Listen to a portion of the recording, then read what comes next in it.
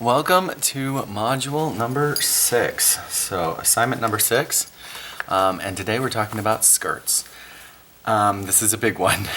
And what's interesting is we're only covering one chapter. We're in chapter 13, but it is a big one. But thankfully, every single thing that you have learned up to this point applies. So I'm just going to go through a whole bunch of this stuff in this chapter. There's probably going to be 1, 2, 3, 4, 5. I've got 5 different demos to show you on it. But there will be a lot of stuff where I just say, hey, look at that picture in the book, and go ahead and follow along. Because honestly, with the stuff that you've been doing thus far, if you look at some of the pictures, you'll automatically know what to do. Like, you should be able to just look at it and say, oh, I know exactly what they're doing. So go to chapter 13. We're going to start on page 231. And it just introduces you to some skirt lengths. So if you didn't know this before, you've got micro minis, minis, knee lengths, middies, and ballerina, which is an interesting choice to call that a ballerina. Somehow I always think tutu when I think ballerina, and that would definitely go in the micro mini stage. Ankle length and floor length. So we've got some of those, but then we also have 4 different skirt foundations that they're talking about on page 232. And they have the straight, which basically this is your typical pencil skirt. It goes from the hip straight down.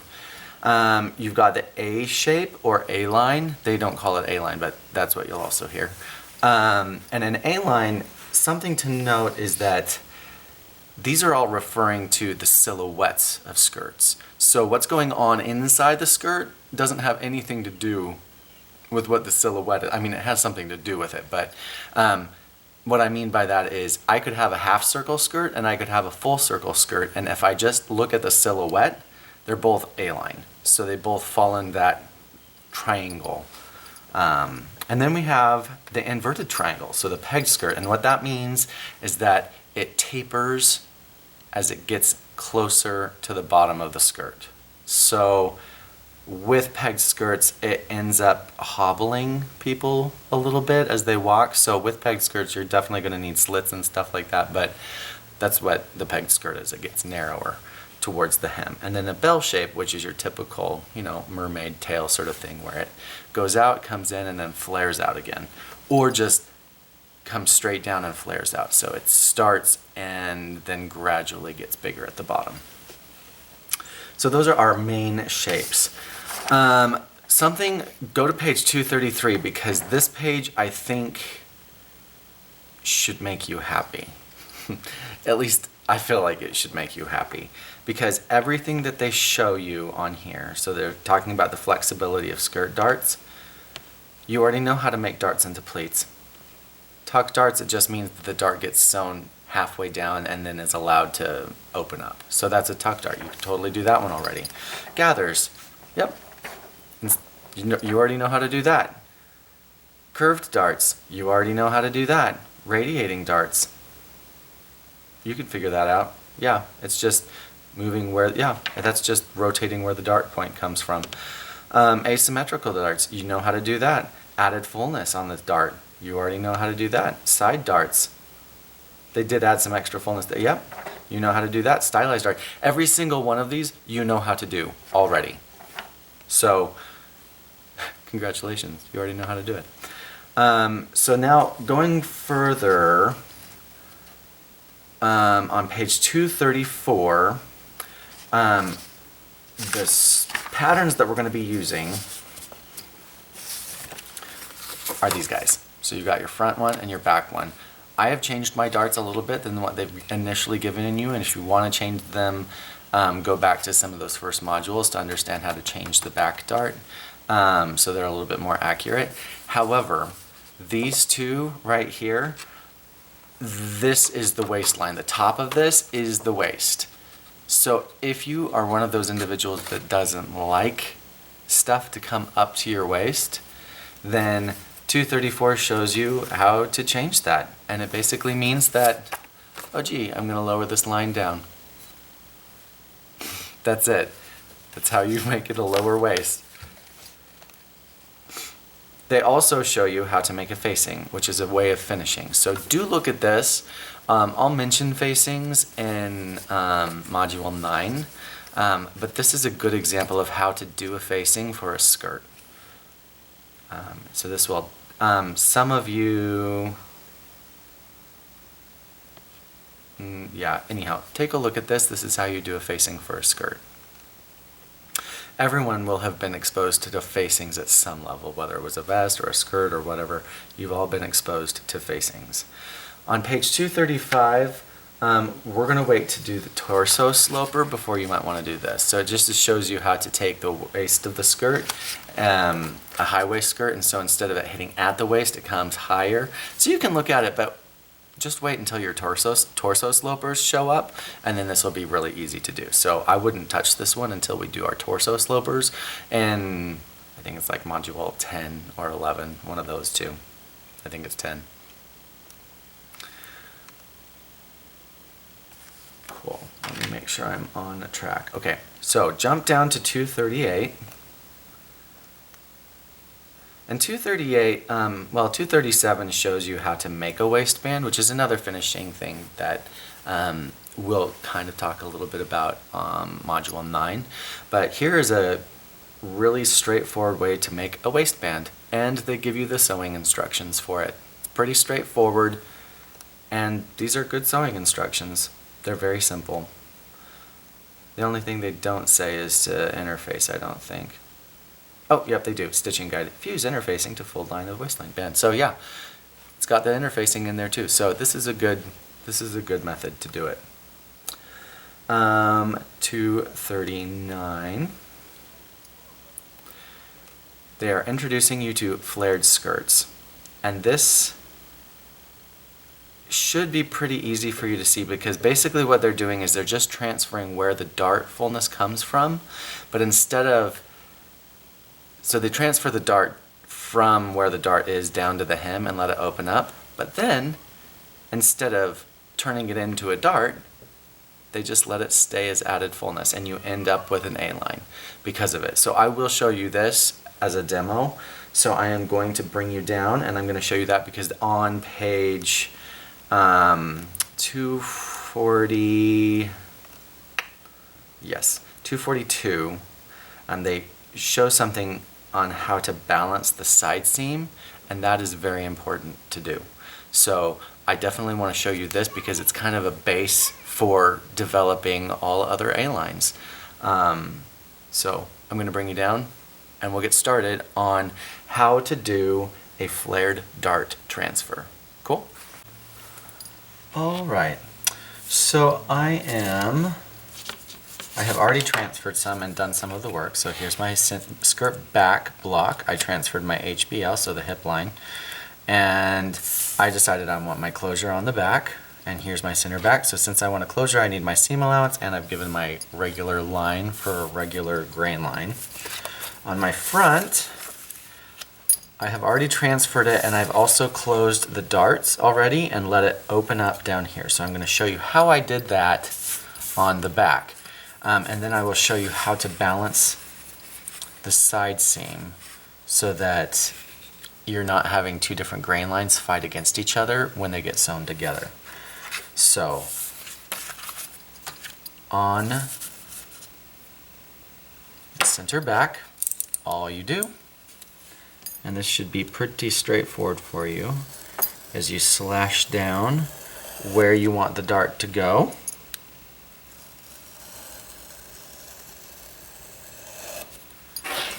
And then you slash one of the dart legs.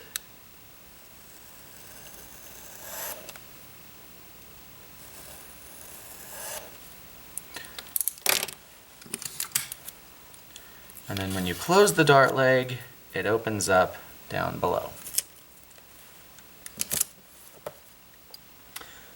Now something that I want to note as we're going, and the reason why I'm showing you this, when I think you could have already figured it out, was that on the back, the darts are a different size than they are on the front. Well, even if they are exactly the same, the where they hit on the curve and how they transfer down to the bottom, will always vary a little bit. And so what we need to do is we have to balance for that. So that is why I'm showing you this, is to show you how to balance that side seam. And you're going to find that you do this in draping as well. So this isn't just a, oh, well, you did it in a flat pattern. No, this is a technique that you're going to have to do when you get into draping as well, when you drape a skirt. Just your basic skirt. With the draping, you get to control where the cone of fabric happens a little bit more than on a flat pattern situation. But a lot of people don't even drape beforehand. A lot of stuff is just done in the computer, so they don't even know what to do anyways.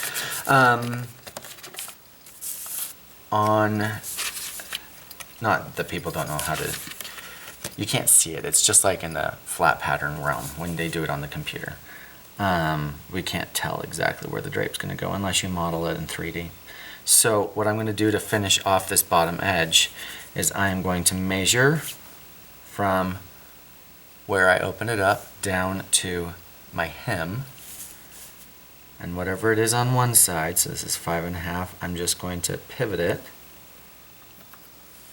and fill it in. I'm just going to grab a curve to match up all of my lines to blend between all of those.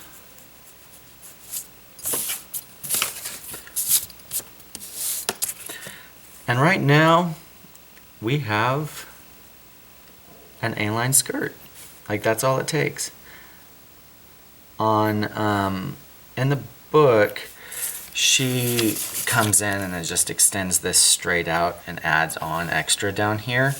You can do that if you want to, but this will hug the hips and then just sort of barely flare off of the hips. So I like to start with this, just chalking on extra stuff to the side. I don't necessarily love to do that unless I'm really deciding to do a whole bunch of added flare. So I'd like to keep this pretty a conservative pattern, I guess, if you want to say it that way. So once I have this, then what I do is I take my front, and I've already cut off at my center front line so that I have, this is my grain line. What I do is I turn it upside down and I line up my hip, my upper waist right here and right here. I'm lining those up, and I'm also looking through the paper to make sure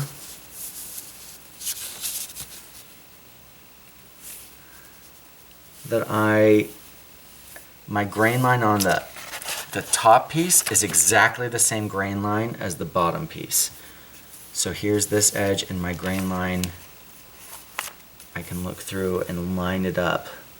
Get a ruler, just line them both up to make sure their grain line is exactly lined up with each other. And then I can look through the fabric, not the fabric, through the paper, and I just choose one. There's not one that's better than the other. I would choose the one that's farthest out so that you're not taking away any ease that is needed for fitting. And just go ahead and trace that.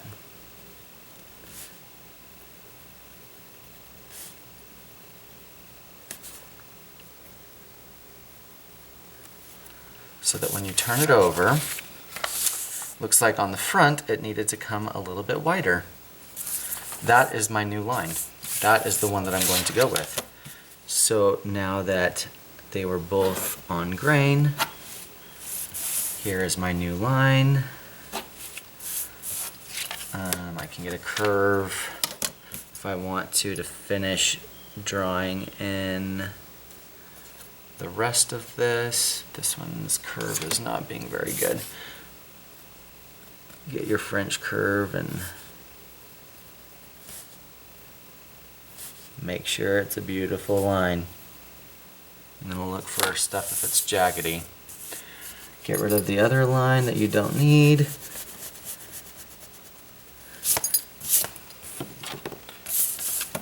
Add your seam allowance.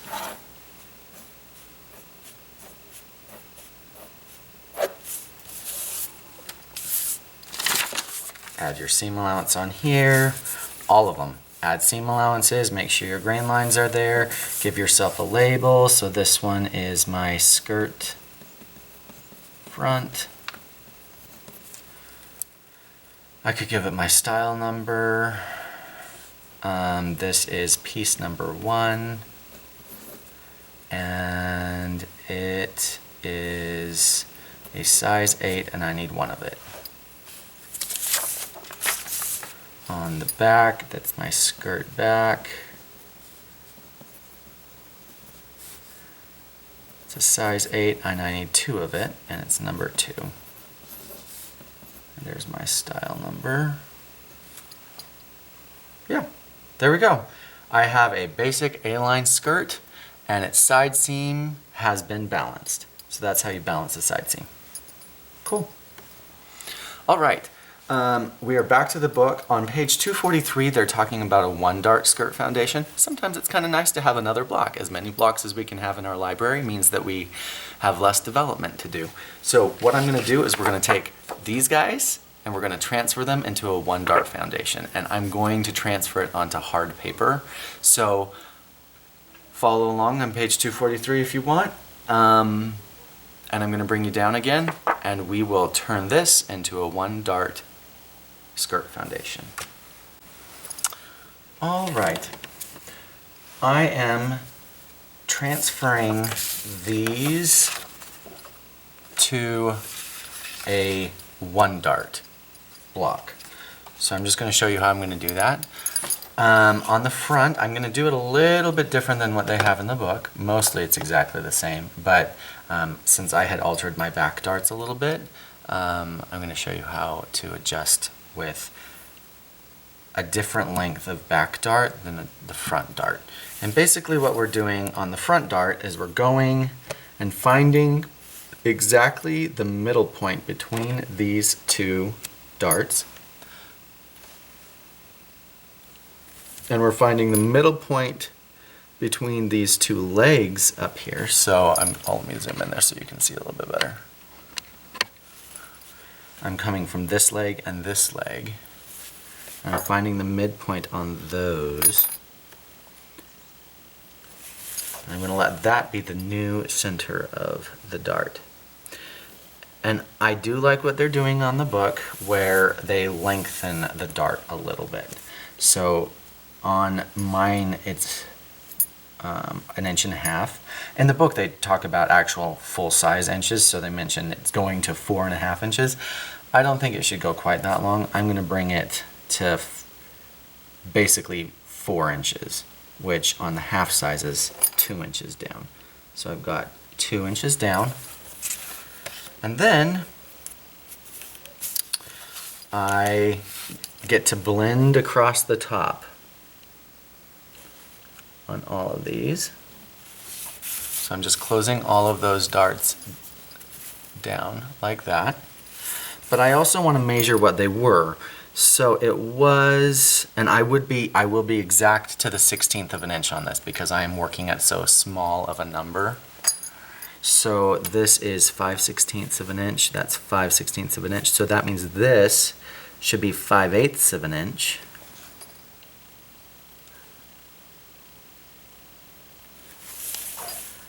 And I will draw in my new dart legs. Now before I just say, yay, it's all done, I'm also going to come in and measure both of those dart legs and make sure that they are exactly the same length. And they are, but I need to make sure that they are. So then I can cut out my new dart.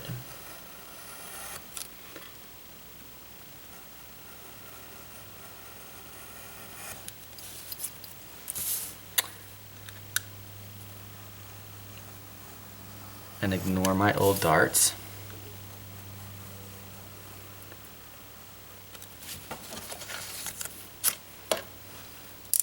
In fact, I'm going to erase my old darts so they no longer are an issue. And the front is done. So now I'll cut out the rest of this and it's ready to go. So now on the back darts, my longer dart is already still longer than the front dart, and I don't want to lose any of that length. So what I'm actually going to do is I will find the midpoint between these two.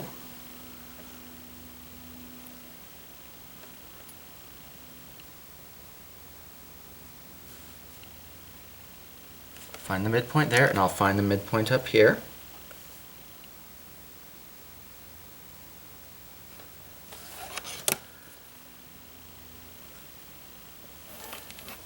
But then instead of lengthening the dart or shortening the dart to be like somewhere between the two of them, I'm going to keep it the same length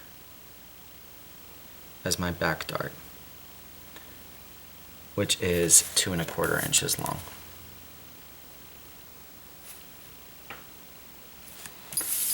I'll measure the openings at the top.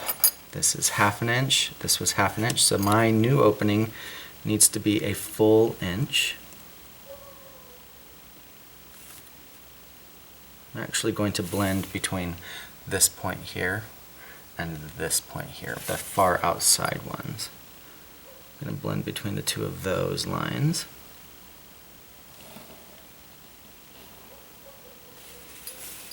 And then on that line I'm going to create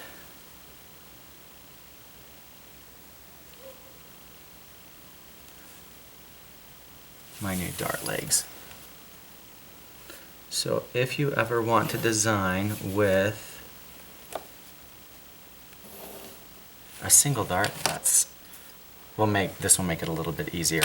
Now the thing is, with a bigger, when you're combining darts like that, we're adding the amount of this dart to the amount of that dart, so you end up with a lot bigger dart. And honestly, that's not always the best. It honestly ends up being kind of, I don't love it. But ultimately, there are some times when it's a quick and dirty way to get to a flared skirt without having to close 2 darts. You can just close 1 instead, and it'll work. So there you go. It's still nice to have on hand, even if I choose for the most part not to use it. So there we go. I've got my front and my back. I will go ahead and cut both of these out, and I've got some new blocks. On page 244, they show you that you can use that same method of pivoting that we used to do with the bodice front and the bodice back and all of that when we were just transferring where a dart was. You can pivot with your skirt foundations. So they show how to do that on page 244. I think you already know how to pivot stuff. I think you can figure it out, so I'm not going to show a demo on that. On page 245, they get into added flare, and I want you to go there because this is where I start saying, hey look, you already know how to do this. You don't even need my help to do this, or at least you shouldn't need my help. By this point in the semester, this should be pretty much easy for you to do. So basically, if you look at figure 1 on 245, not the sketch, not the design that she has there, but figure 1, basically what she does is slashes from the bottom to the top on page 246. She opens it all up, fills it up with stuff, and that's some one-sided fullness going on right there. The one thing I don't like about this is that she trims off the hip. Well, considering how much she can trim off the hip if she wants, but honestly, I don't think you need to. This is actually getting to the point where I would start using a circle skirt instead of added fullness. But if you want to start with something that you already know works, and you can see where the dart goes and you can see how much you're adding, this is a good way to do it. So here's how you do added flare. Pretty straightforward, pretty easy. The one thing I am going to warn you about on page 246, if you look at figure 3, this is talking about when you have a piece of fabric that's only so wide and your pattern is too wide for it, she's showing you how to say, oh, well, you just cut it off here and you create this other little pattern piece and you sew it on later. That just looks shoddy. I'm sorry. I don't know of any time in the industry that we have ever done that. Just find other fabric or design to the width of the fabric, but don't do that. That's just not good. It doesn't look good. You can't guarantee the sewers are going to line everything up the way they're supposed to. So don't do that. Yeah. And then 247, this is really exciting just because I in class mentioned to a lot of you to, get a piece of fabric and stretch it out, like measure one bit and then do 1 time fullness, 2 times fullness and 3 times fullness and figure out how to do those gathers yourself, which that's still a really good practice to figure out just how to gather on your own. But on page 247, they have a really, really good illustration of what that looks like. And she breaks it down really well. From 1.5 to 1 time fullness is kind of inexpensive. There are a couple places where it's not inexpensive, it's just that's the look that you want. But as far as fullness and skirts, 2 to 2.5 times the fullness is pretty good. And then when you get into really, really, really lightweight stuff, then go to 3 to 4 times. Some of those 3 to 4 times you wouldn't be able to do with an average thickness of fabric. It wouldn't gather that much. So there's a really good illustration there to show you. And then right underneath it, it shows you a flared skirt with unequal fullness, where one side gets let out a little bit more than the other side. And we already showed you how to do that. So you should be able to do that already. So if you want to do that as your skirt, by all means, have at it. I would encourage you for the 4 skirts that you do to push it though, because you've already got some of these basic skills. So start really playing. I mean, you've got 4 more darts to play with. Well, 2 on the front, 4 on the front, 4 on the back. You've got 4 darts. 8. I can totally do math. You've got 8 darts you can play with. So have fun with them. And this shape is so much more straightforward than these other shapes that we were working with. So you can have a lot of fun with this. So have at it. Just go crazy with skirts. Skirts can be really, really fun. Going on to 248, introduce you to a new word, a dirndl. Maybe some of you don't know the word dirndl, but it is another form of added fullness. So the last one, that last picture that you saw on figure 2 on page 247, if someone were to spin in that, the skirt would go out and it would stay flared. A dirndl is based on a rectangle. And basically what it is you just get a really, really, really, really wide rectangle, and then you take one side and gather and gather and gather and gather until it's the size of the waist. That's a dirndl. So it is a gathered skirt, and it's based on a rectangle. So if you've ever seen someone spin and they're wearing a skirt that has been designed after a dirndl, when they spin, the skirt goes out and forms this like tube that spins around with them. Instead of flowing out like a flare, like a circle skirt, it goes out and forms a tube. So that's a dirndl, and this is how you do it. It's just a rectangle that gets gathered to 26 inches. That's what it is. There would be a couple more notches on there just to help line it up with the waist where you want it, but that's basically what it is. I will show you some demos on the gourd skirt. All of the stuff before this was just like, gosh, you can figure it out. It's a rectangle. How hard is that? And the added fullness you already know how to do. So gourd skirts, I will show you how to do a demo of a gourd skirt. On page 253, well, it starts on page 249, but that's basically just the skirt, and they've given a center front and a center back and 2 side seams and just flared it a little bit. So we're not going to look at that. I want to look at 250 is when it starts. And these are gourd skirts. And basically what a gourd skirt is taking the dart and putting it into a style line. that is a gored skirt. On the sleeves, when I showed the bishop sleeve or the bell sleeve where I let it start flaring out a little bit, that's really when you might want to start using this. On page 251 it shows the gore and how they just sort of chalk it on so that it just kind of goes perfectly A-line, just like a cylinder. That's fine, it's great, but this is when you get to, really have a lot of fun with details. So I will show you an example of gored skirts. Before I bring you down, I do want to take you to page 256. I will, as you go to 256, you will notice that I'm passing by some pleats. So I will talk about some pleats with this as well, and how to look at pleats. Actually, no, I'm going to talk about that on page 276, so I'm not going to approach pleats this time. So, yeah, page 256. I mean, obviously look at it if you want, but 256, we are introduced to the 12 gore skirt. Basically, a gore is just a panel. The 6 gore, we use the darts as is, and we just let them go into a design line. In a 12 gored skirt, we don't use the original pattern base. We develop everything off of measurements instead.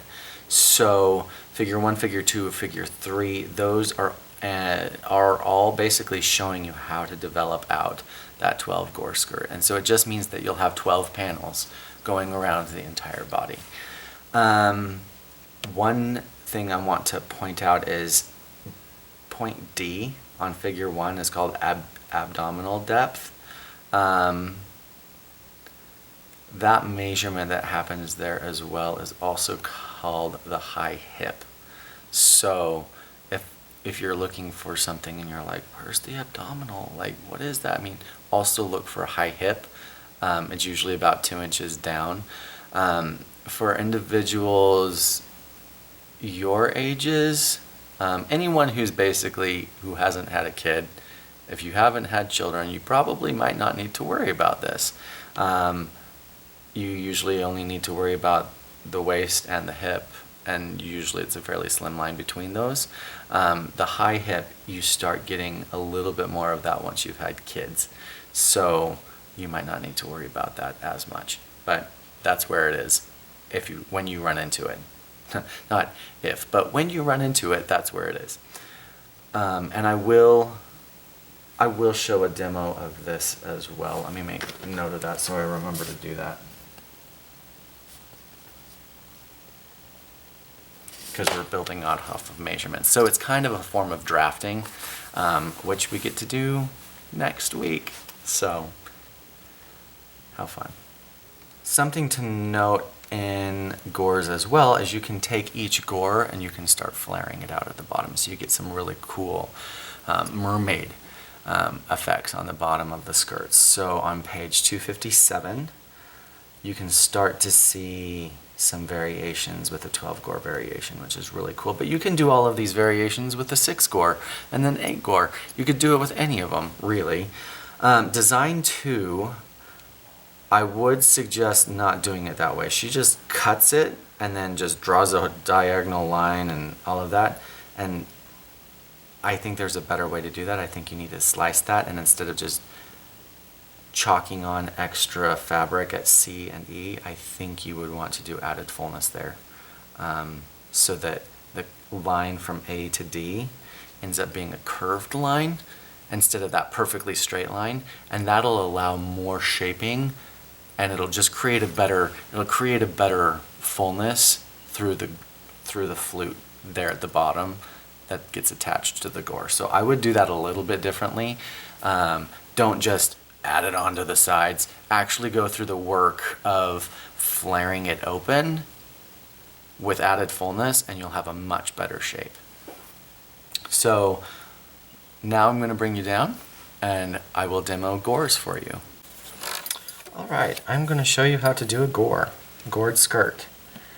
So, you know what? If I want to do a 6 gored skirt, this is one of those times when even though I grumped about it before, this is one of those times that I'm going to pull out my single dart.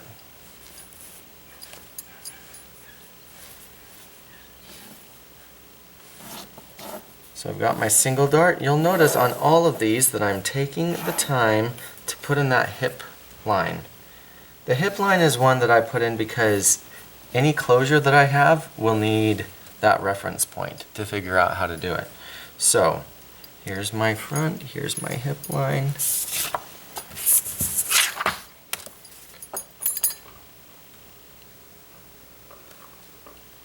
If I wanted to, all I have to do is just extend this point straight down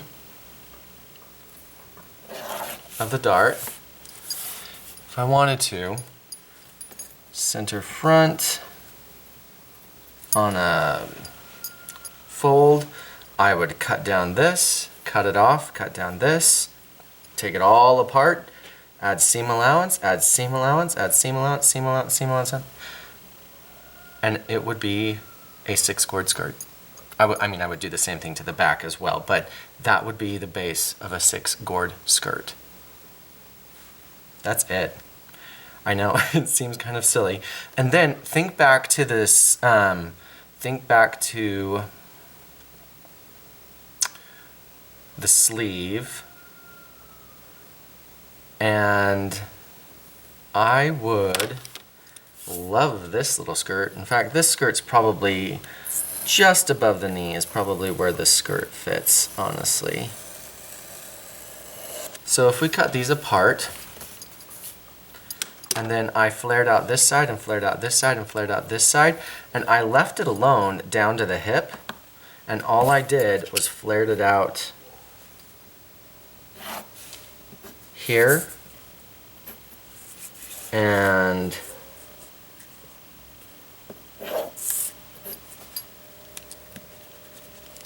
here and here, and maybe even did another little flare right here and here and here.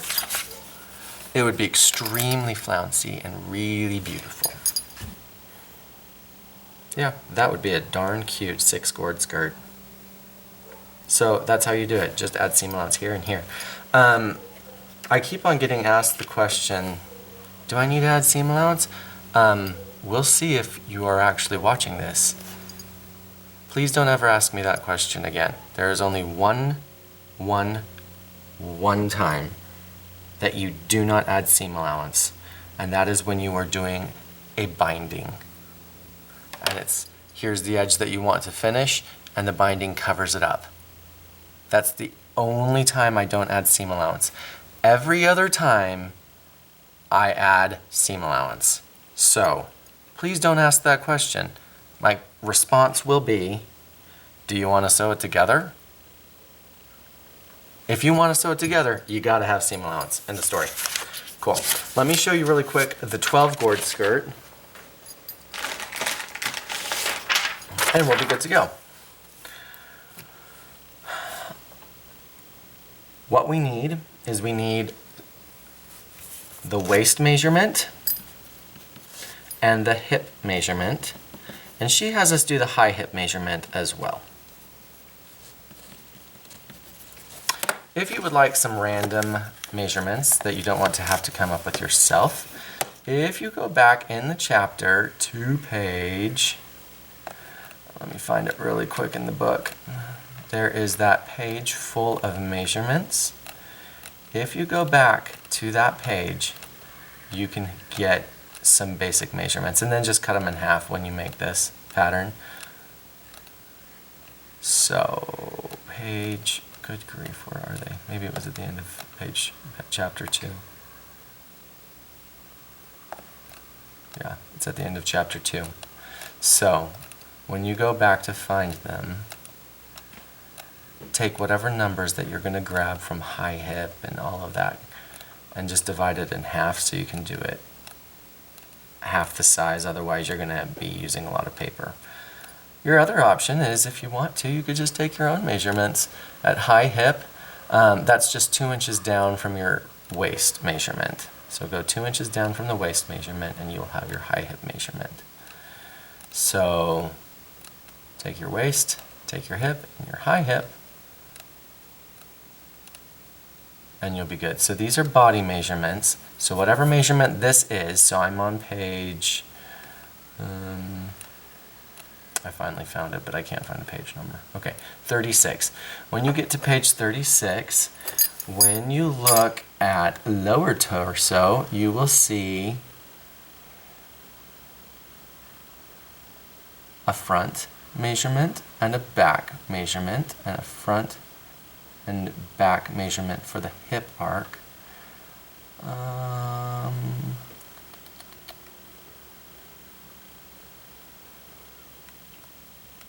I'm looking to see if these are in half. Oh, here we go. Actually, never mind. Don't go to those.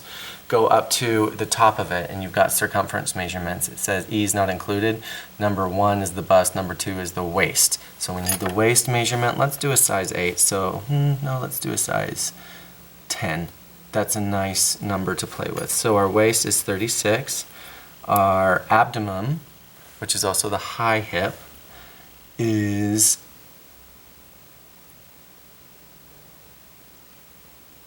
oh, that's the 36 of the bust. Sorry, wrong number. Waist is 27 and a half. Let's do an 8 and let's just call it a 26. So we're going to go with a 26-inch waist. We're going to go with a 33-inch abdomen. And the hip, I'm going to bring it down to a 36 as well. Okay, so waist 26, high hip 33, hip 36. So since I'm going to be working on these with the half size, that means my waist is actually 13. That's the number I'm going to work with. High hip is going to be 16 and a half. That's the measurement I'm going to be working with. And then 36 divided by 2 is going to be 18. So that's the measurement that I'm going to be working with. So I'll show you the gored skirt on the half scale. Give yourself a nice line. You also want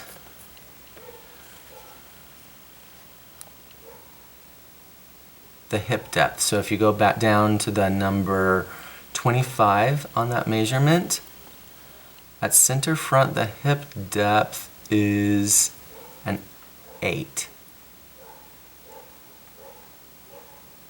And the back is an 8 1/4. So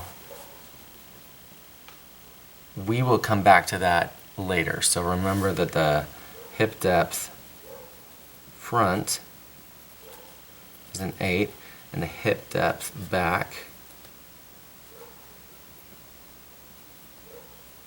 is an 8 1/4. But I'm going to divide those in two. So I've got a 4-inch and an 8 1/8 on the back. I mean 4 1/8. Hello. 4 1/8 on the back, 4 on the front. So I'm going to start with a line up at the top, and then I get my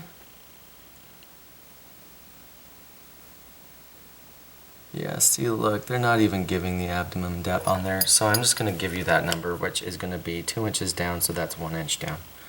So 1 inch down from the waist is that high abdomen.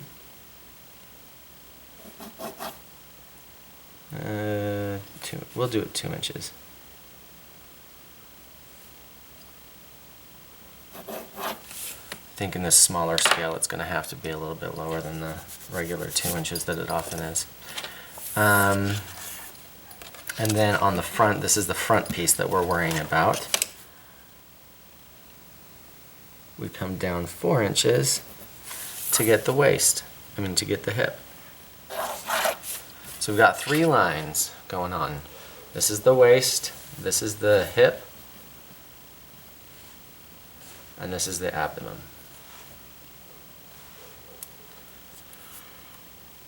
So then I take these numbers that I divided in two, so my waist measurement, which is 13, I should have added e's to all of these.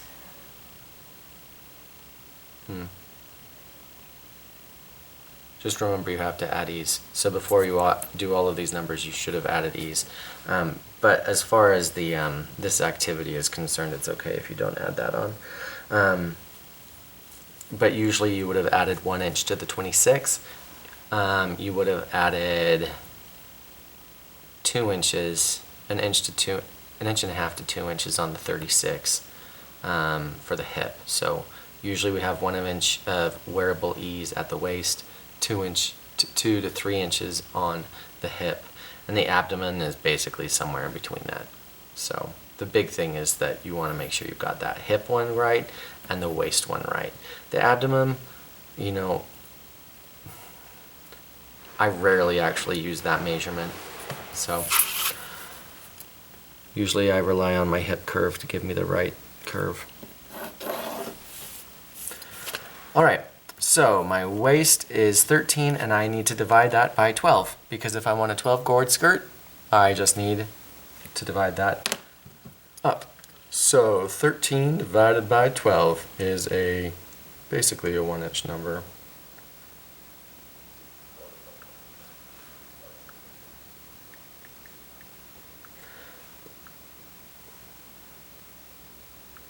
So 13 divided by 12, 1.08. I'm just going to go with 1. So ½ an inch on each side of this line.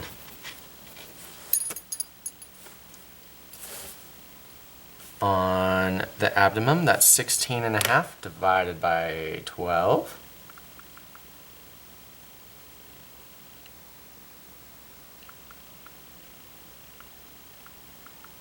Which is 1.375, which is basically 1 3/8. Yeah, that's exactly 1 3/8. So 1 3/8. So ½ plus 3/16. So that's 11/16 on each side.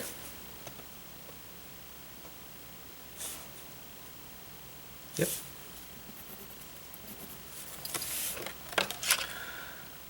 And then for the bottom, it's 18 divided by 12.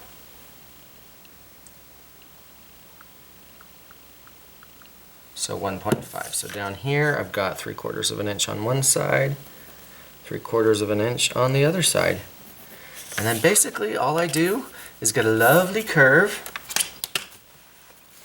Where's my curve? There's my curve. Get my lovely curve. I did like my original 1 inch down. That was 11/16 on each side. And the reason why I say that is because I put my lovely hip curve down and went, oh, look at that. It isn't lining up very well. So I knew that my original just 2 inches down from the waist was accurate. Yep, dead on. So I'm going to connect those.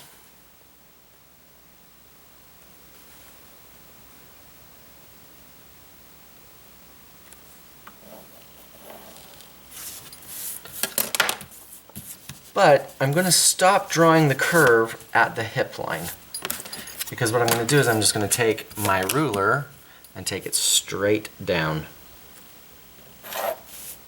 Oops, that side was not right.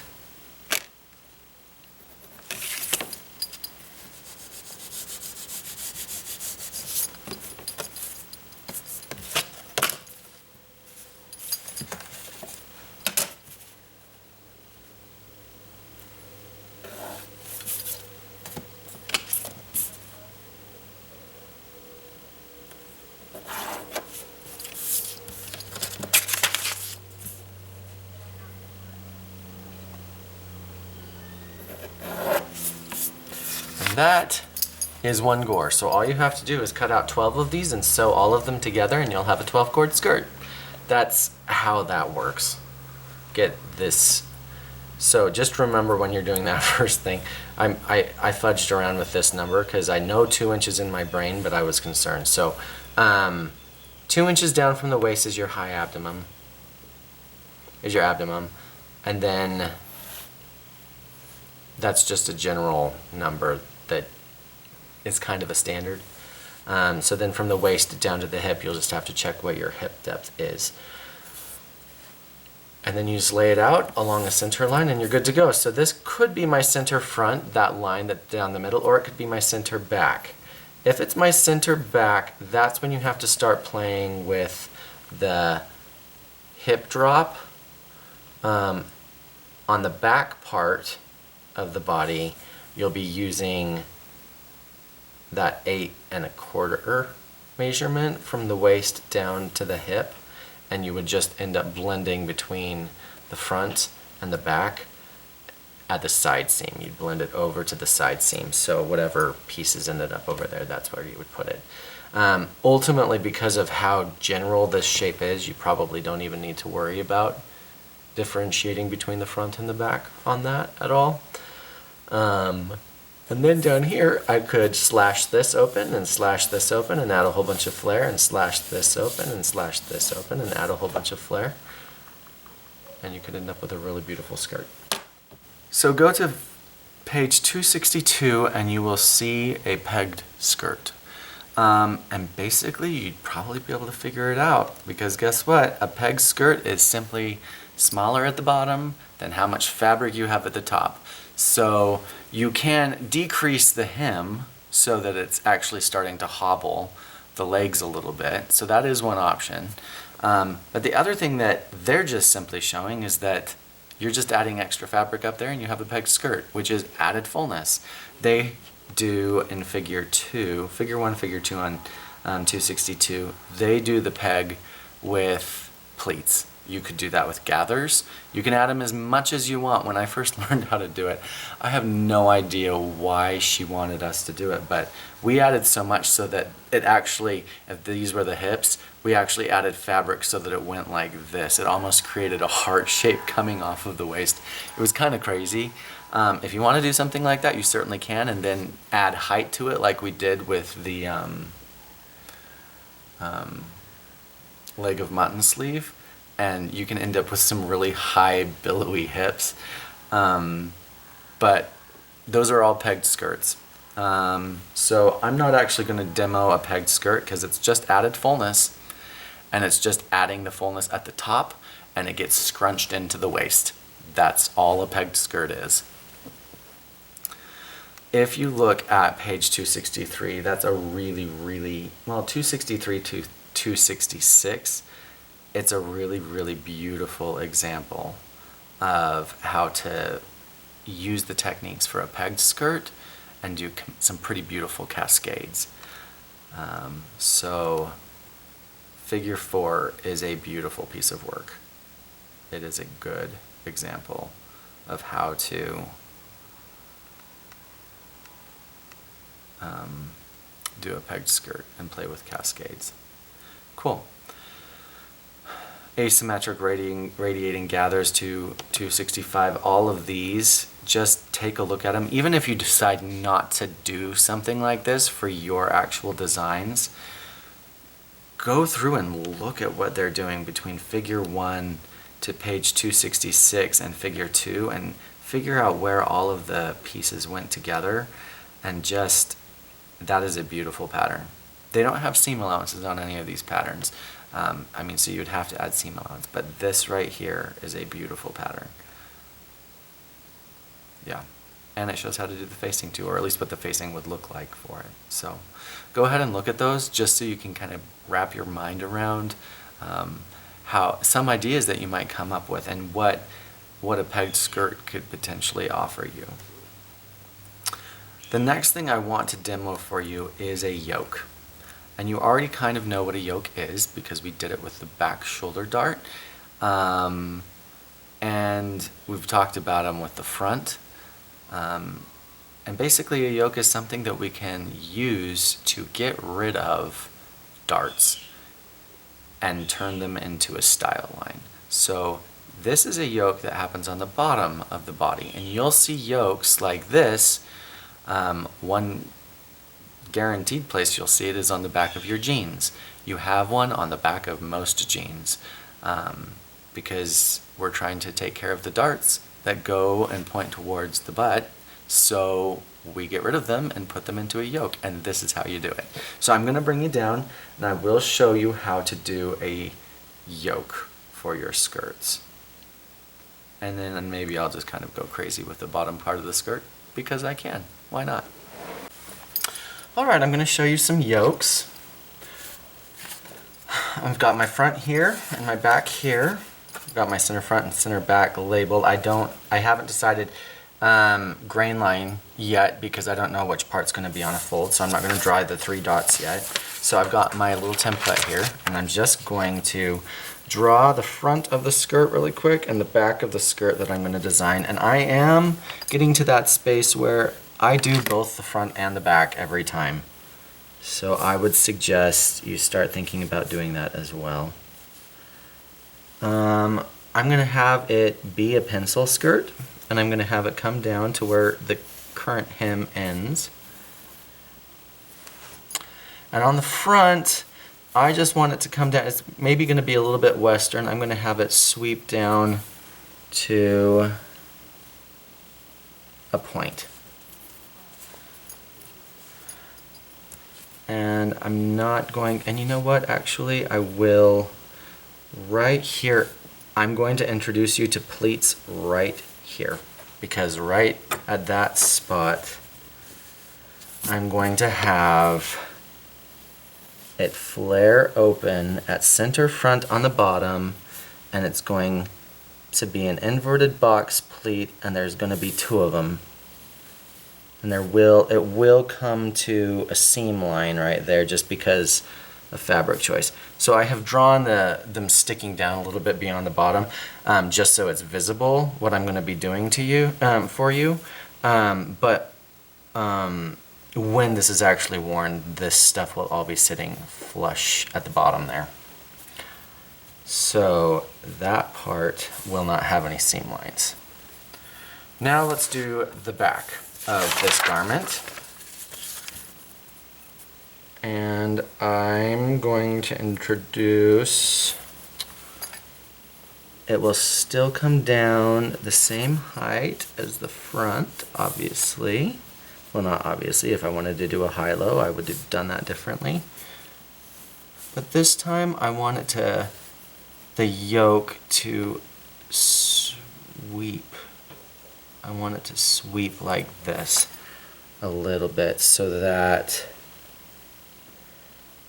instead of pleats on the back, I'll just do gathers on the back. Not necessarily, I wouldn't necessarily always do this like combine pleats with gathers, but in order to show you both, I'm going to.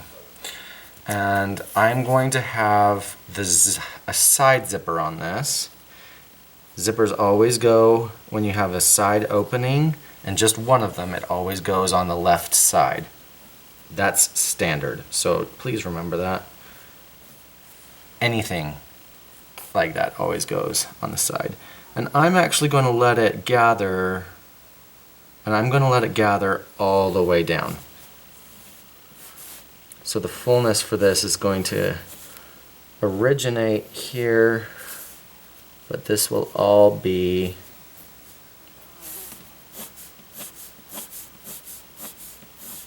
gathered up into a little bit of a bustle, I guess is what it is. It's not an actual bustle, but this is the design I'm going to make. It will show you some gathers, it will show you the yoke, and it will show you some pleats. And then I won't show you pleats later on. Cool. So with this in mind, I'm going to put that to the side. I'm going to bring these over here. Let's start out with the front. So here's the front. Just a reminder, this is what my front looks like. So it's going to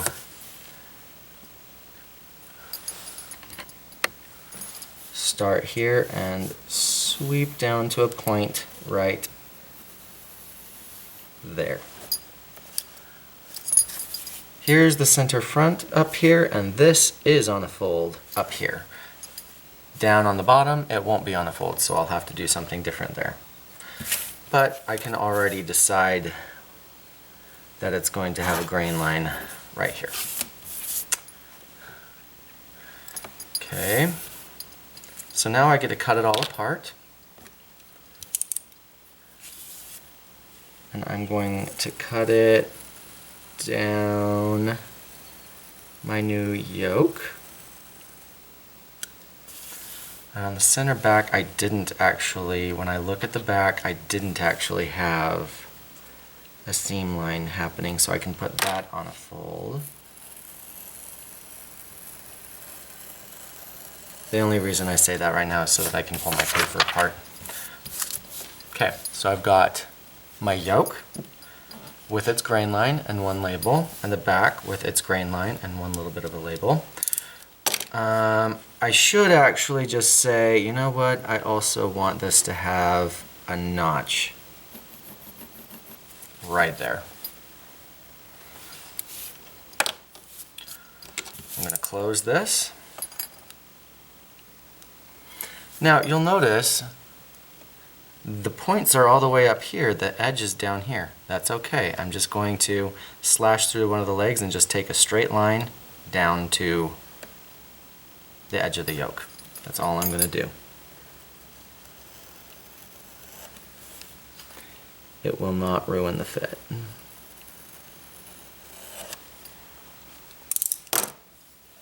So then I can come in here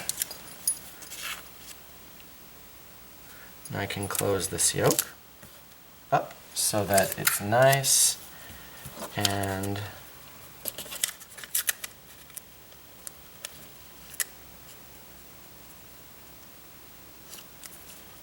smooth. And then these lines I'm going to hash out because they are no longer important. They don't exist anymore. I'm going to smooth that top edge. Add my seam allowance there.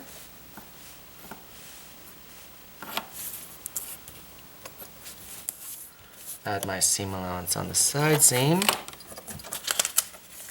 I would tape on, I can just tape it on right now. Tape on extra paper.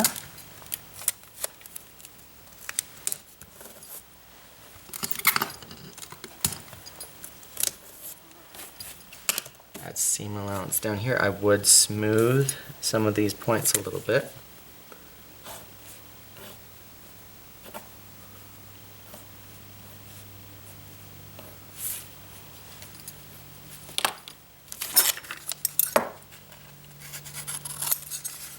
And cut it out.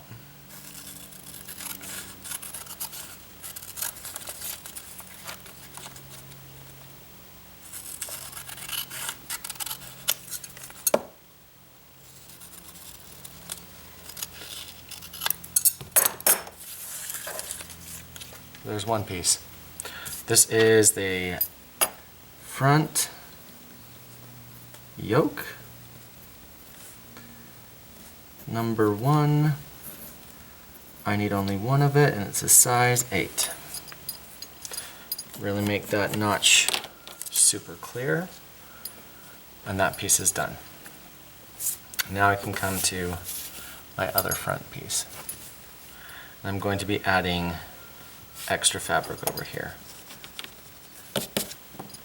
So I'm going to grab an extra sheet of paper.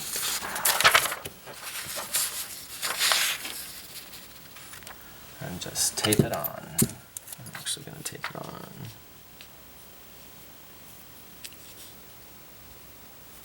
All the way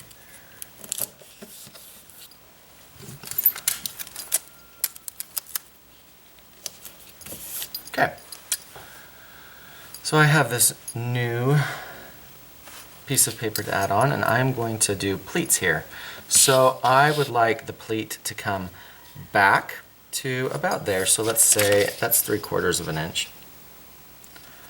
So I guess in full size that would be 1.5 inches. So that's a pretty big pleat. I'm okay with that. So if I want it to come back 3/4 of an inch this direction, that means I need to add this direction, the fabric that can fold underneath. So it's going to fold underneath there. I'm just going to put this in as a dotted line. 3/4 of an inch. And if it comes this direction 3/4 of an inch, it has to come back this other direction 3/4 of an inch. So I need to add on another 3/4 of an inch. And then if you recall, I wanted it to, so from this, I had it go back and forth once, and then I had to go back and forth again, which means I need to add another 3/4 of an inch for it to go underneath again, and then it needs to come out again a full 3/4 of an inch, and that will be where my seam line happens, so I can actually add on my seam allowance to that as well. And then, because I know I'm just going to start folding it, because I need to be able to figure out what these shapes are, and it's not perfectly square, it's coming up onto this curve. So I need to start folding it, but I also would like to cut all of those at the same time as I do the seam allowance. So I am going to add on my seam allowance right now.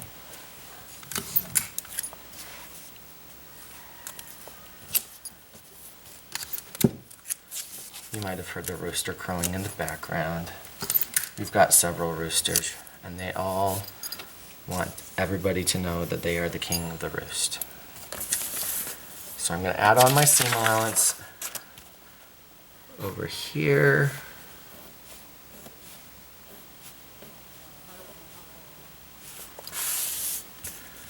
Please, if you're turning something in, if you guys turn in the same thing, I'm going to be disappointed. This is simply an example of something that you could do. I'd like to believe that you can come up with your own designs.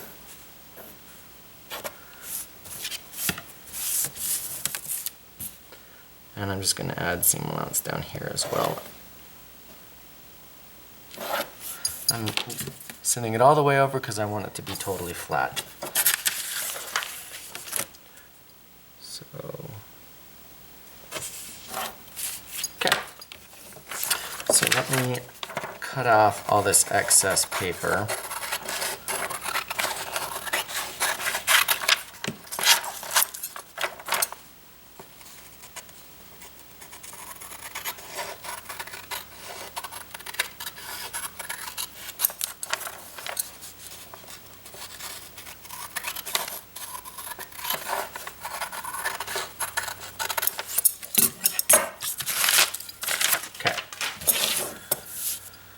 I'm ready to start folding it. So the first fold happens right here where center front is.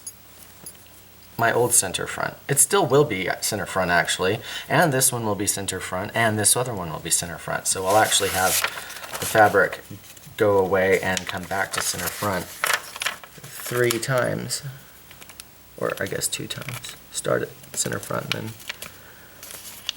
So I'm going to fold it back along center front.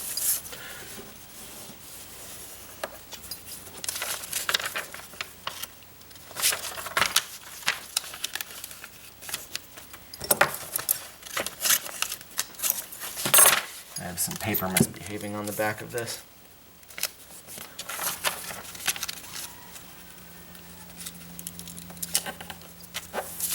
Okay, so I have folded it back along center front there. And now I'm going to let it fold on the next line. Or I know that the center front is going to get folded over to this next line.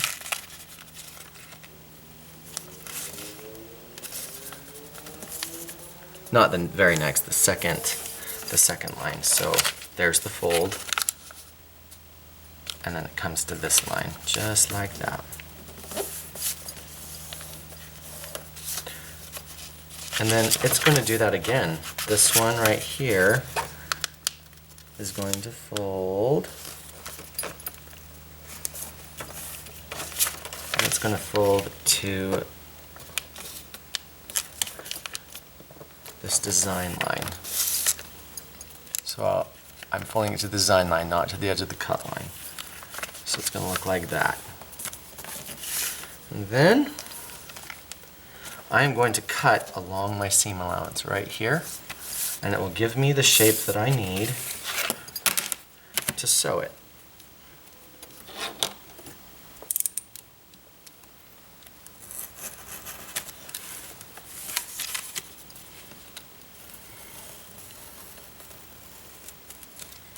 Okay, this is the exciting part. Ready for it?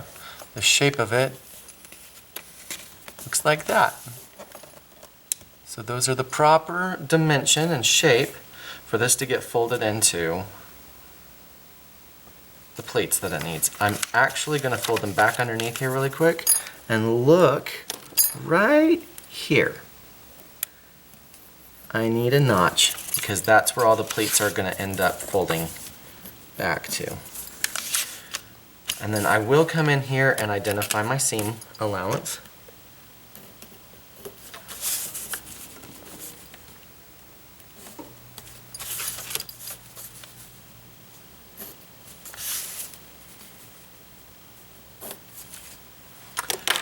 And now something that is important is these pleats, yes, they happen down here as well, but they don't get sewn together down here. So I'm gonna notch them down here just for sewing and like for pressing instructions, but the only arrows I'm going to draw are between the notches that occur up here. So this point right here comes to that point, and this one comes to that point, like that. But I'm not going to draw arrows down here. If I wanted them sewn shut down here, I would draw arrows down here, but I don't want them sewn shut, so I'm going to leave those arrows up above. And then this is front skirt. It's number 2, and I need 2 of it in self fabric. This one up here, I guess I'd better change this one to self fabric as well. So the front of this skirt is ready to go. Not with any like finishing facings or hem pieces or anything like that, but the main outside shape is ready to go. So this will all get folded together like this when it gets sewn. And then this, and then sewn onto the other side, and then both of them will get sewn on to the yoke. The skirt front is done. On the back,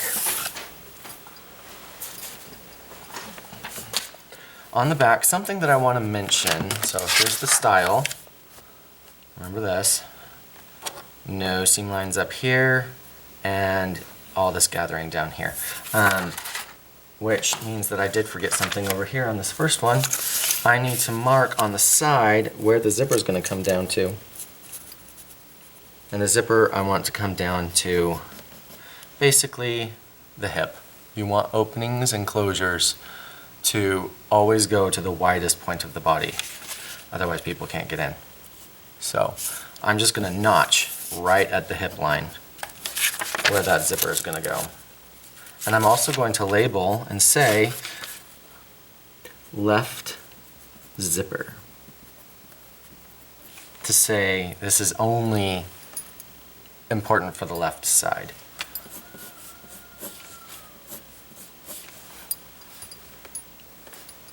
Just some sewing instructions. Okay, on to the back. So on the back, one thing that I want to mention is, which doesn't happen with what I'm doing here, is if the yoke crosses above the darts like this, I can still close the darts on the yoke, but I have a little bit too much extra left over from the darts. All you do is measure this, and whatever that is, you take off the side seam. And you just blend it off. So this dimension right here, you would take off here so that it still fits together. That might seem quick and dirty, but that's the best way for us to take care of that. Okay. But now back to our design. I have my yoke coming like this. And if I can ever design stuff to go perfectly through the points of darts, oh, believe me, I do.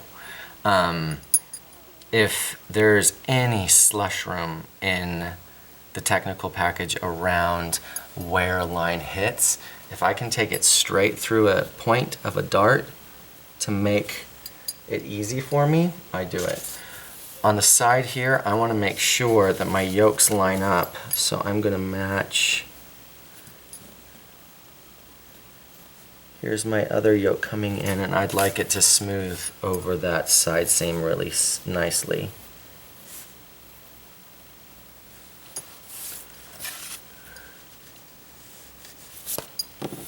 So there's my yoke. I'm going to want the gathers to come right here. So that is the end of my gathers. And I've got my notch from where the skirt's going to match up with the upper yoke. So now I can cut it apart.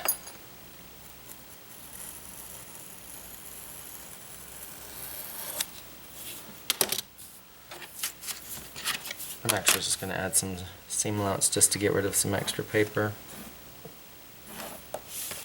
along the side here.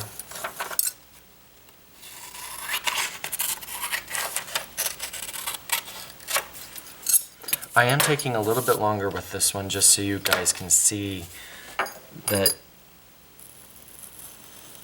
it needs to look pretty darn clean when you're done with it.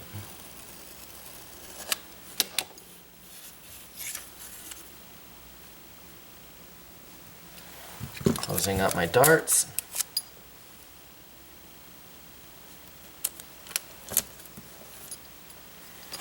There's my notch still. This line is no longer important.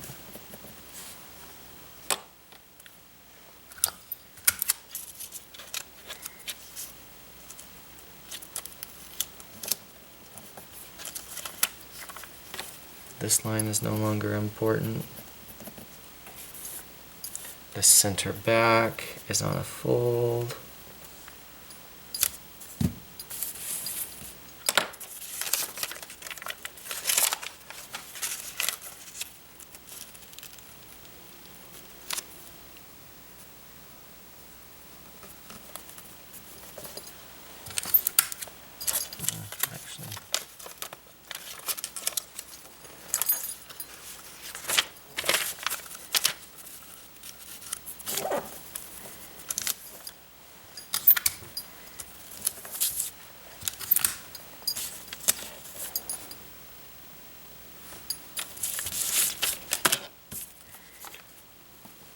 Draw on my seam allowance.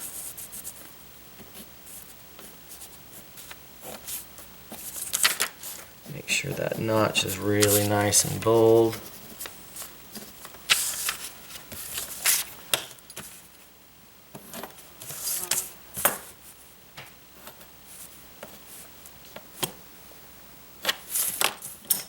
Cut it out.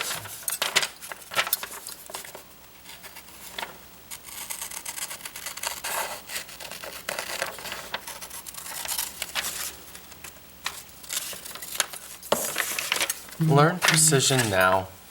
This is the time to learn precision.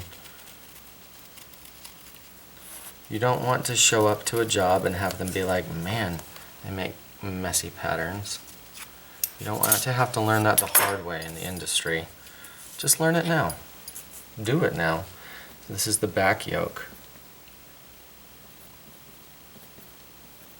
This will be piece number 3, and I need only one of it. It's a size 8. Okay, so that piece is good. Now I've got my back.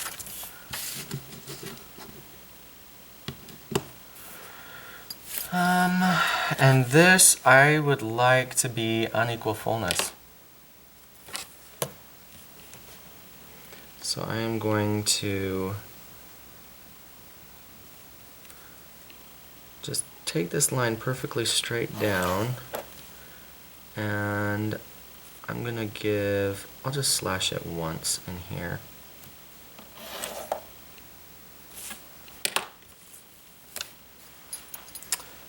Grab some paper and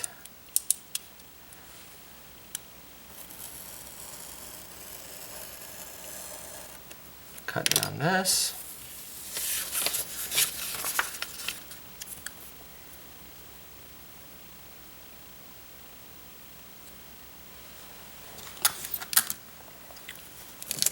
Tape it down.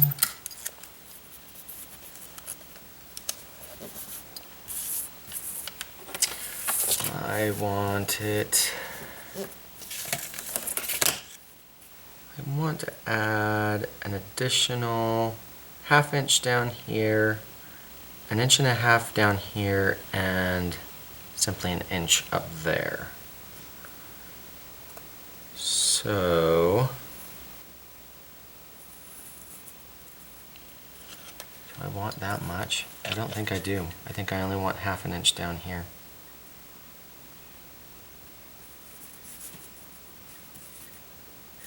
Alright.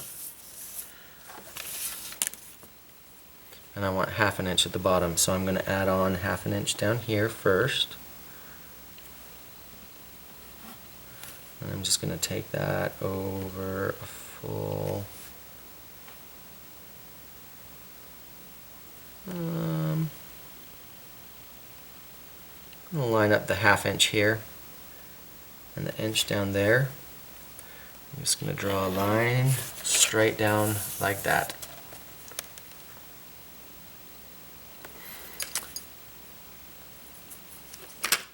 And I don't want this continually dropping down, so I'm going to square over from the bottom.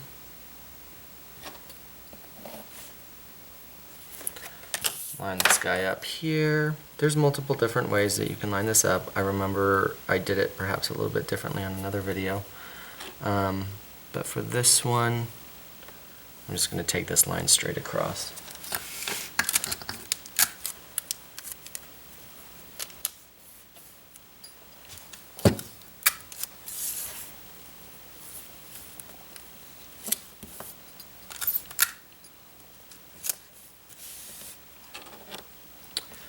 Then I'm going to cut off the extra paper.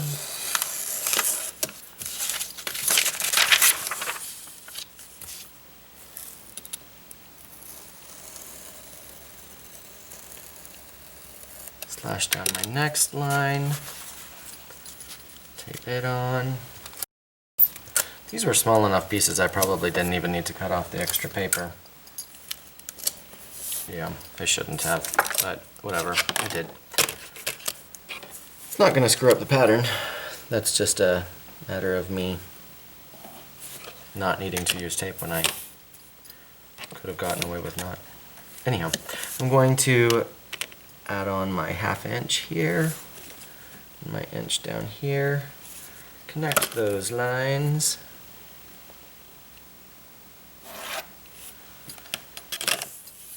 Line up the next level.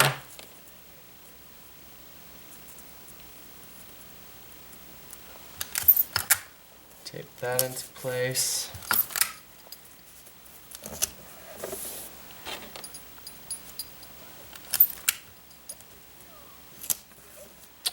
Great. Now I need this point to stay the same. And I'm just going to blend back from here back to where my notch happens. And one way to do that is find a midpoint on each of the gaps. There's the midpoint there. There's the midpoint there. And blend between and through all of those. Just like that.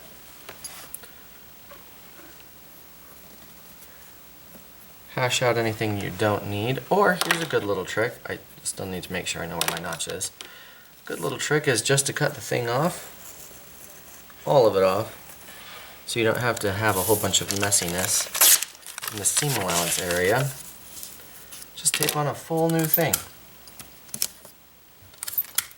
I do this a lot. When my seam allowances are starting to look messy, I just cut them all off.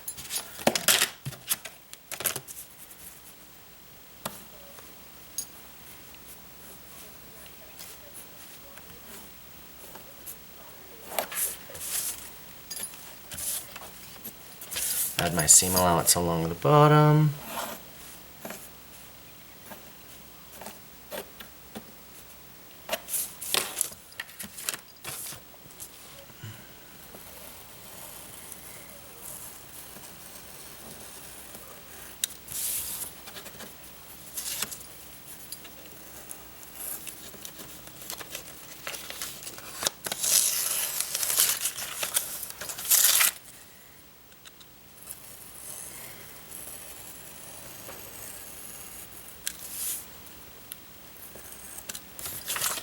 And now I just need to make sure I finish all my labels. So this is skirt back. I've got my notch here. This is where my zipper is going to be. I know it's at the right level because it was at that hip line. So I'm just going to say left side zipper.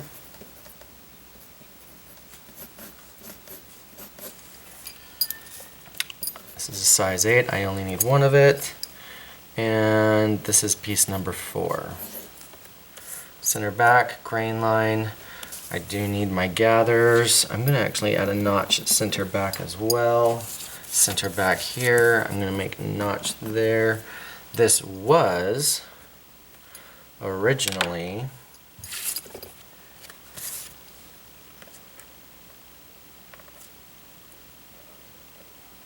an inch and a half. Yep, inch and a half. So this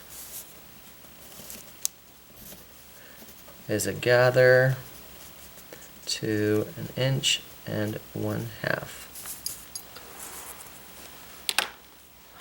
So there's those pieces.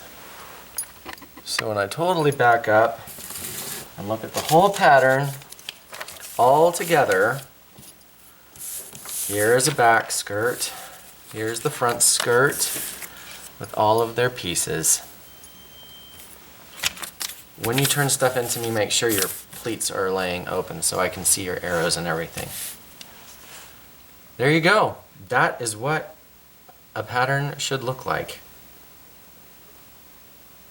Grand. So I am looking at page 275. This is looking at some tiered skirts.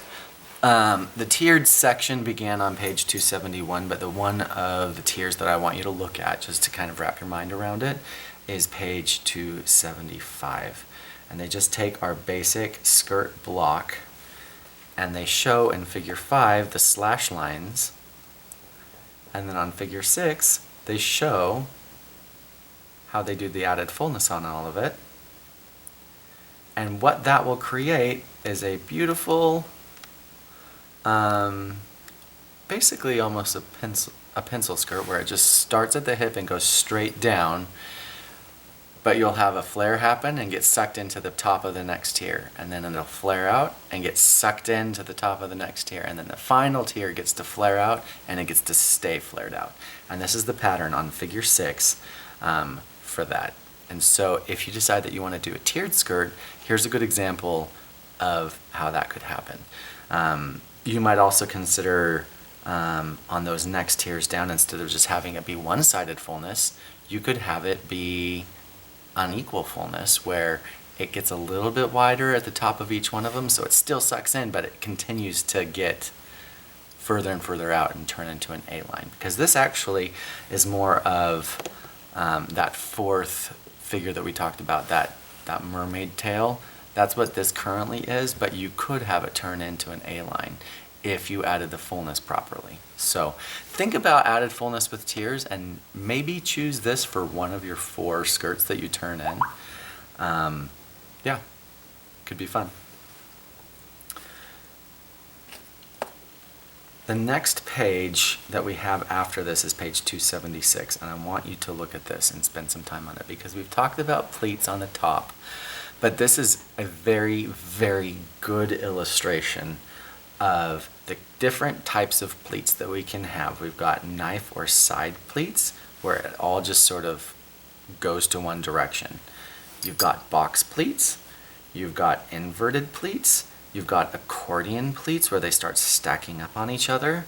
You've got sunburst pleats, and it gives a really good example of all of these different kinds of pleats and their names and all of that. And they're just a really good illustration, so you just kind of wrap your brain around it. So spend some time on this page just to really, really, really understand what kind of pleats that we have. On page 284, we get introduced to godets. And a godet, if you go to Design 2, it's a good example, and Figure 2 is a good example of what gets placed into Design 2. Basically, a godet is a triangle piece of fabric that gets inserted into either a slit or a seam line or something, and it's just a way to add extra fullness of fabric, and it creates a little tiny flute, a little tiny cone of fabric in one little spot. They do have built-in godets, or an attached godet. If you look at Figure 1, that's how you do an attached godet. I don't particularly like those very much. If you're going to do a godet, make it really visible. Show it off. On 285, godets don't actually have to always be a cone. They can also be rounded at the top. They're just going into a section where you cut out something that's vertical and then stick in a piece that's flaring out that adds a column of just a cone of extra fabric in there. So look at Design 1 and Figure 1 and Figure 2 and Figure 3. That is a really good illustration of what you can potentially do with godets. That's really kind of fun. Design 2 is really fun. That's really fun, and they do a good job of showing how that would actually get placed in there and what it would look like. So have fun with godets. It is a great way to add extra fabric with just adding a flair to something that otherwise could be pretty darn boring. So I would argue though, so on, I guess it's not an argument, it's just another note of something that you could do. On Design 2, they have everything going down into those long points, and then they use that triangle and add the extra fullness within the triangle. They wouldn't have needed to taken out the fabric. They could have just slashed up vertically and had the skirt go down like a pencil skirt and had all the godets just go into slits, and it could have been pretty interesting to look at too.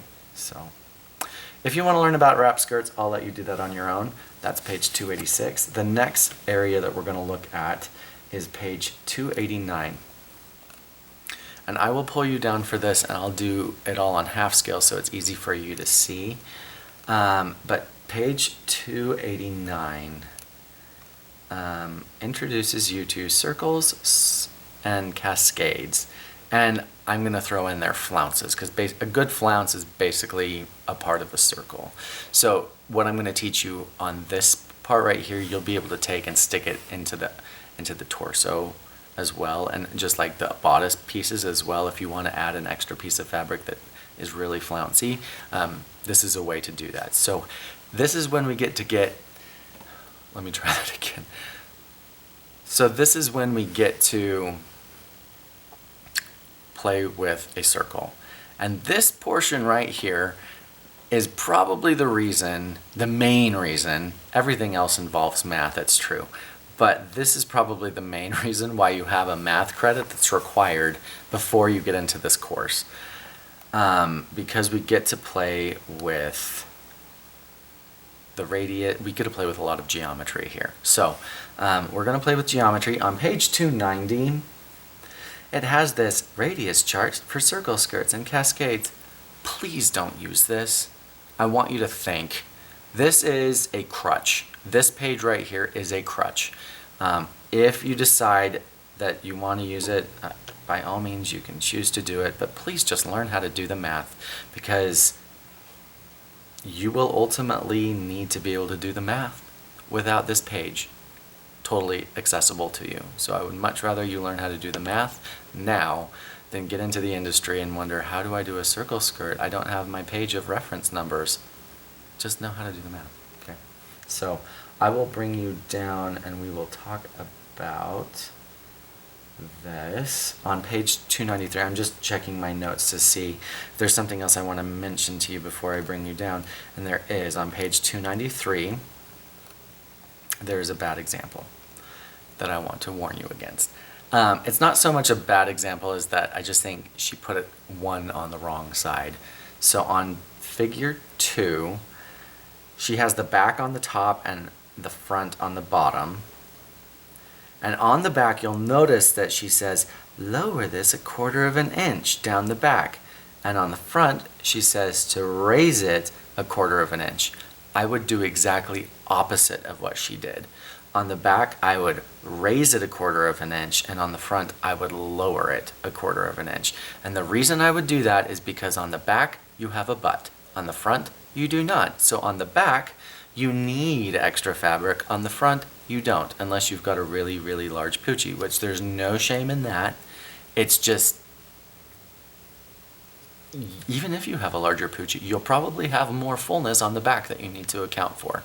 So poochie is the loving term my sisters refer to the abdomen that they have on their front. So that's what they call it. That's where the term came from. So I would say flip what she does on here. It's not a bad thing to do. Like, this is a good practice that she's got going on here, but I would flip what she has to accommodate for different body parts that she's not here actually. If you did this, what would happen is it would hike up on the back. You'd have a high-low, but it would be high on the back and a low on the front. And I don't think, we like high-lows on from front to back, but we don't like high-lows from back to front. And it would be a subtle of enough high-low that it would just, it would just look awkward. So don't do that. And then on page 294, as we're getting in this, there's a great illustration. Grain line 1, grain line 2, grain line 3. That pattern is the exact same shape.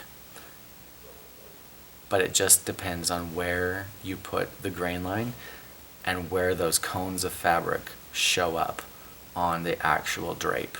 So on page 294, you've got a lovely example of how grain line can affect the style. So take some time and look at page 294.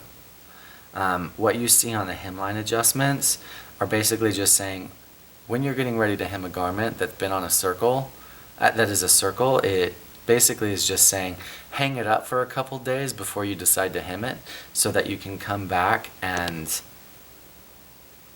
clean up the bottom edge, because the bias will stretch out over time and you'll end up with a wonky edge along the bottom. So this is just a good way to take care of that, some good practice here before you decide to hem.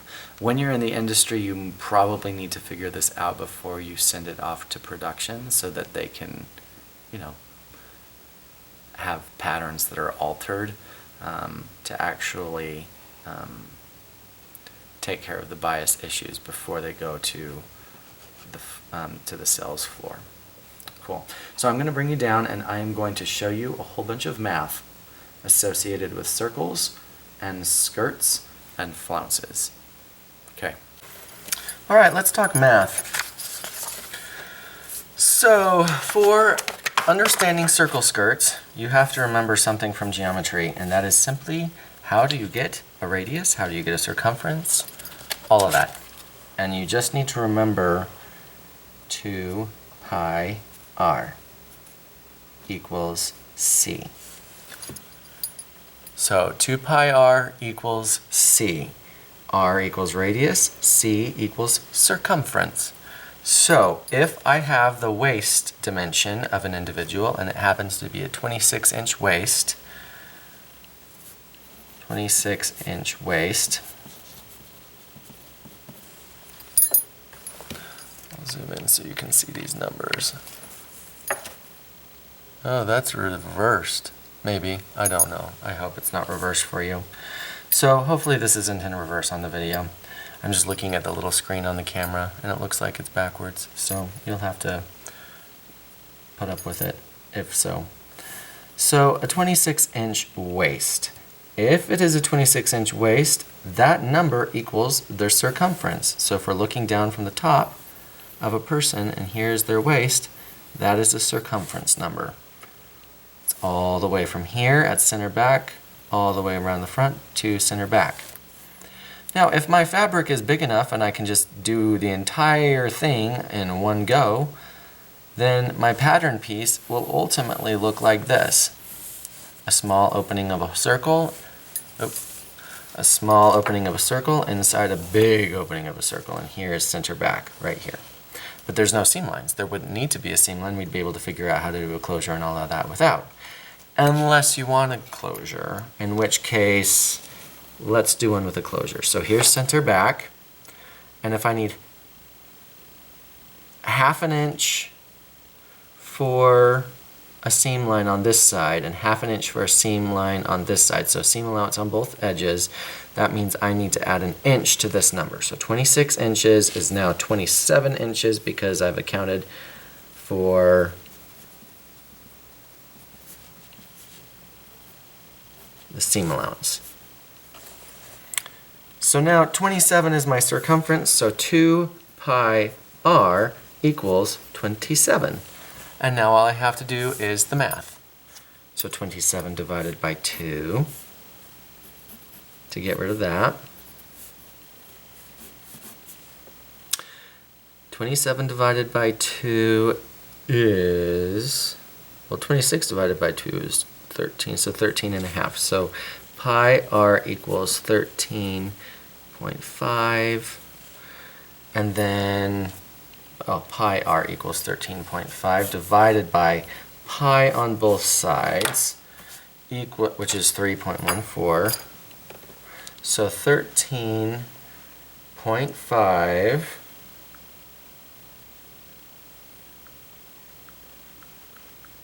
divided by 3.14 equals, so r equals 4.29. 936, a whole big number, right? Well, I'm going to round this up, so it's going to be 4.3, which is closest to 4.375, and I only say 3.75 because I happen to know that that's 3/8 of an inch. So the radius would be 4 3/8 of an inch. I would encourage you to start memorizing your decimal points right now. So in this, so the main decimal points, and I have them written on the board in the classroom, so if you need help, just go take a picture of them in the classroom. 1/8, 1/4, 1/2, 3/8, oh wait, sorry, 1/8, 1/4, 3/8, 1/2, 5/8, 3/4, 7/8, and then 1 inch. 1/8 is 0.125, committed to memory. Quarter, 0.25, 3/8, 0.375, half, 0.5, 5/8, 0.675, 0.625, sorry, 0.625, 3/4, 0.75, 7/8, 0.875, and 1.0. Get those in your memory because you need to start being able to jump between decimals and fractions all the time. Because when you look at a ruler, you go, ooh, here's 1/2 inch. Oh, what's the decimal for that? Oh, 0.5.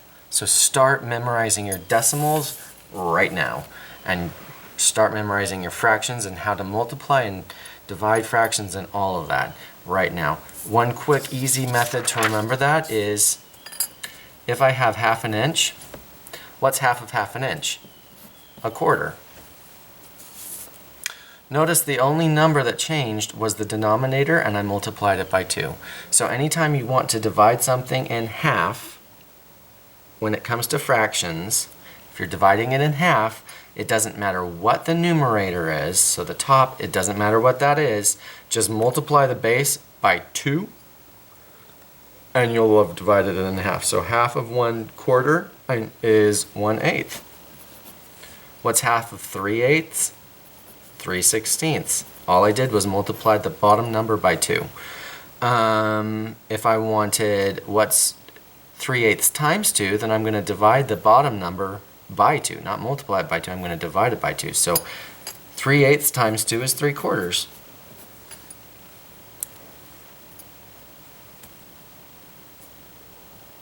So it's pretty easy to work with fractions. Just remember the rule of the denominator. If you want to go half it, multiply it by 2. If you want to get it multiply, if you want twice the fraction, then divide the denominator by 2. You always kind of reverse what function you use. Okay?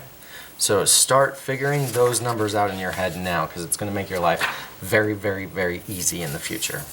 So my radius, back to this, my radius for a skirt with a 26-inch waist but seam allowance of 27 inches, the seam allowance of 1 inch added in, ½ inch on each side, is 4 3/8. So all that means is if this is my center of my circle, and I come out here and I go 4 3/8 here, and I draw a circle all the way around,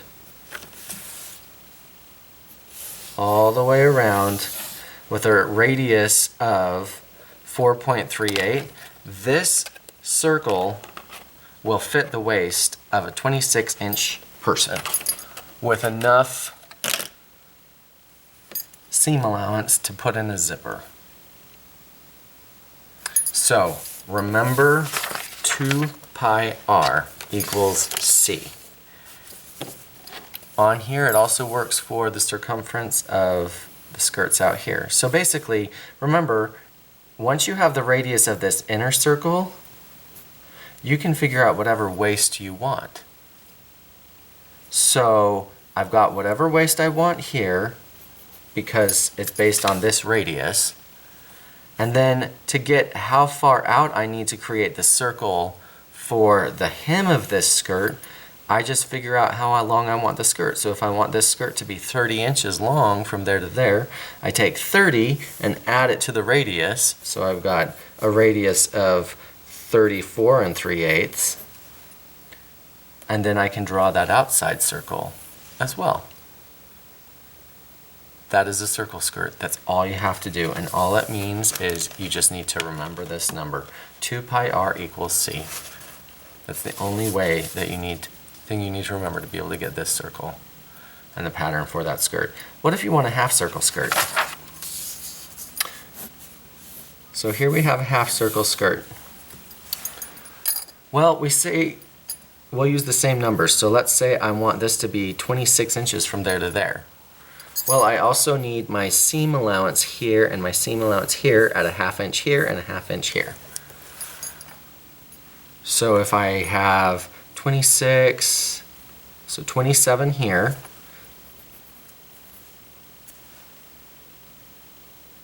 all I need to remember is to create the full circle, I take 27 and I multiply it by 2. Because this is only half the circle. So if I have this half the circle and this half the circle, that means I have 27 here, and I also have 27 here.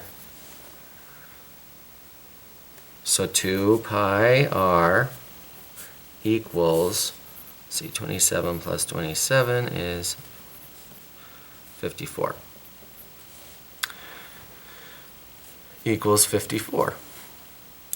So now I just have to divide it all out. Divided by 2, divided by 2. So pi r equals 27 divided by pi here, divided by pi here. And the radius to create the half circle skirt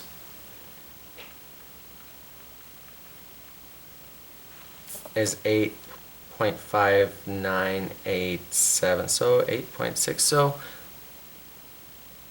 8 5/8.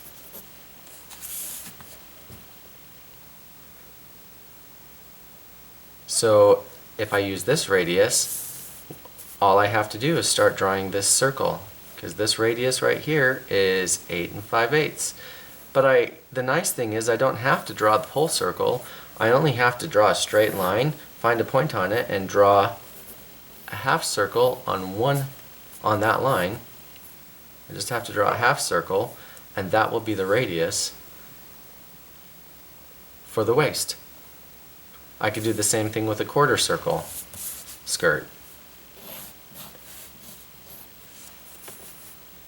If I want the radius for this, 2 pi r equals, if this is 27 from here to here, because that includes the seam allowance, I take that, I need 2 of it, and then I need another one of it, and another one. So since I want a quarter circle skirt, I multiply 27 by 4, which is 108 divided by 2. Pi r equals 54 divided by pi, and you'd end up with a number. So basically, once you understand the math behind the circle, and to get whatever part of the circle you want, it works.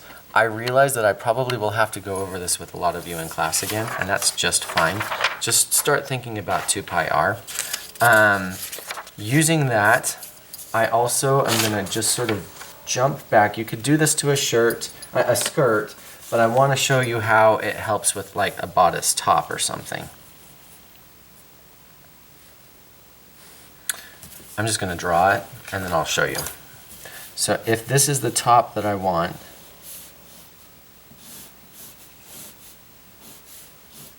and I just want a nice little peplum right here. Woo.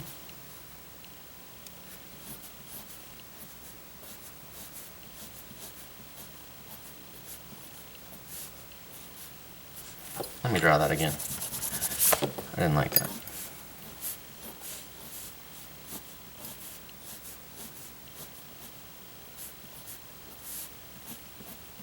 Okay, so we have a little top with a peplum. Let's just say I want to make this pattern really easy. Well, if I want it to be a full circle from this side over to this side, all I need to know is how to do 2 pi r. So if my waist that gets attached from here to here all the way around to the other side is going to be a full circle that gets sewn onto that, I just have to know that measurement, which is probably going to be 13 because it's half of 26. Well, at least in this case, because this is a size 8 and that was the number that I pulled from the measurements in there. So as long as you know what measurement you're going to fit it into, you're good. If I want it back, let's say here's the back of a shirt.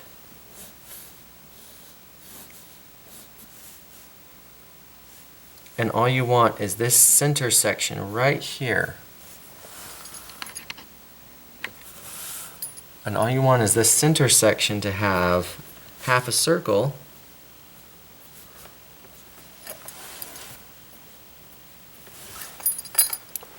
Then all you have to do is know the distance from here to here. If you want that to be half a circle, let's say that that dimension is across the back.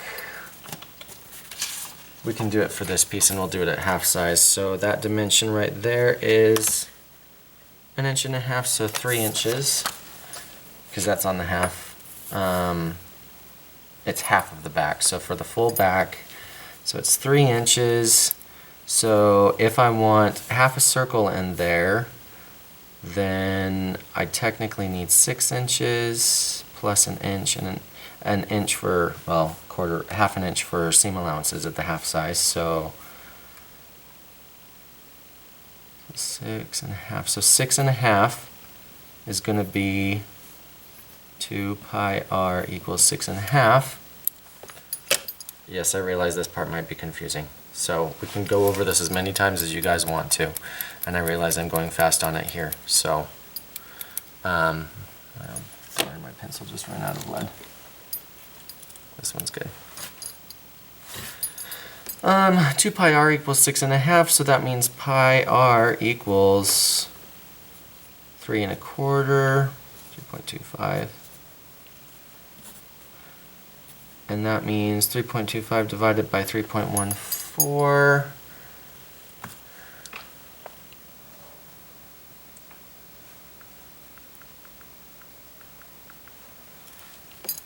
The radius equals 1 inch. So literally, if I create a little tiny pattern piece that has a radius of 1 inch, from here to here needs to be an inch, for half a circle, that piece will fit into my back piece right here and create the perfect little half circle flounce. That's it. We can go over that again, but that's the general idea behind circle skirts and just flounces and all of that in general. So let me pull this back up. It's a little bit closer to evening right now than it was before when I was. So I hope you have fun with skirts. You've got enough skills to go crazy with fun stuff. So I'm gonna start dinging you. If I say push design and all you turn in is just an A-line skirt that you just transfer the darts down to the bottom, I'm not gonna be happy. You guys know who you are. Some of you have been skimming the surface on not really pushing yourselves, so push it. Try and figure out how to make it. Use these skills. Like, this is your time to practice and to be able to ask me questions and have direct feedback right away. So within class, so watch these videos before class. Obviously, if you're hearing this when it's in the middle of class and you haven't watched it yet, you know, class is meant for work, not for watching the videos for the first time. So hopefully you enjoy this module, because skirts can be darn fun. Have a good day. Bye.